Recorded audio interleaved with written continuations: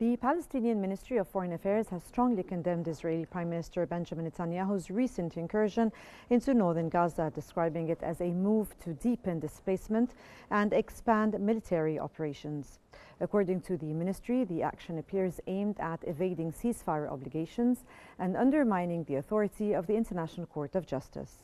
It also highlighted the ongoing Israeli policies that continue to fuel hunger and deprivation, including the closure of crossings and the escalation of violence, measures that it says threaten the viability of a future Palestinian state.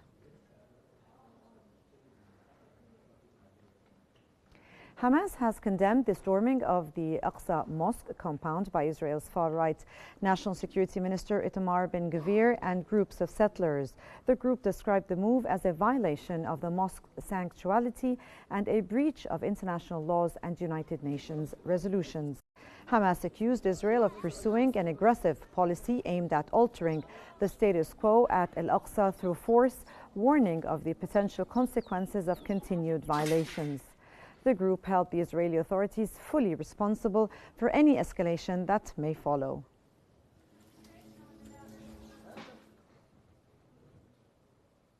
In Doha, the Lebanese President Joseph Aoun and Qatari Emir Tamim bin Hamad Al Thani met to bolster cooperation between the two nations. During the meeting, President Aoun expressed appreciation for Qatar's ongoing support, particularly in energy and military aid. The Emir underscored Qatar's commitment to Lebanon's stability and unity, backing efforts to ensure that all weapons remain under state control, as outlined in Aoun's presidential agenda. Both leaders reaffirmed their dedication to civil peace and pledged to work together in addressing regional challenges.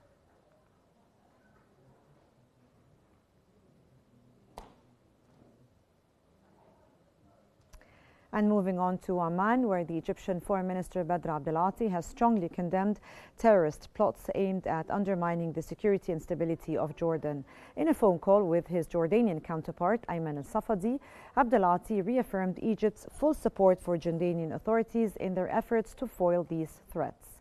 He emphasized Egypt's solidarity with Jordan in combating terrorism and extremism. Additionally, the two ministers discussed ongoing ceasefire efforts in Gaza and the alarming developments in the West Bank. Additionally, the two ministers also discussed the ongoing ceasefire efforts in Gaza and the alarming developments in the West Bank and future steps with international actors. Saudi Arabia has voiced strong support for Jordan's recent security measures to prevent attempts aimed at destabilizing the country and sparking unrest.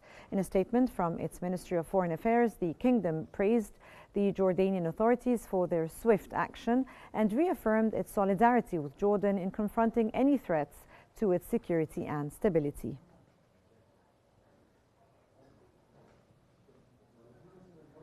Palestinian President Mahmoud Abbas has affirmed his solidarity with Jordan, its king, government and people in confronting terrorist plots aimed at undermining Jordan's national security and inciting chaos.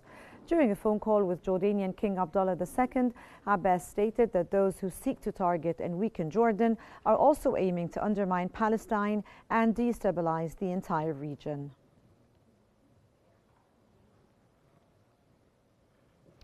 Iranian Foreign Minister Abbas Araghchi has said Iran's right to enrich uranium is not negotiable. Ahead of a second round of U.S.-Iran nuclear talks in Oman this weekend, Iranian negotiator Abbas Araghchi said Tehran is open to building trust but insists uranium enrichment is non-negotiable. Araghchi will also deliver a message from the Supreme Leader El Khamenei to Russian President Putin during his visit to Moscow. The talks come as tensions rise, with President Trump warning of a possible military action if no agreement is made.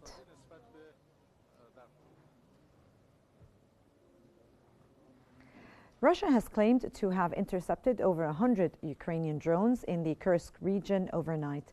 That comes as the Ukrainian strikes reportedly killed one person and injured 9 and damaged infrastructure.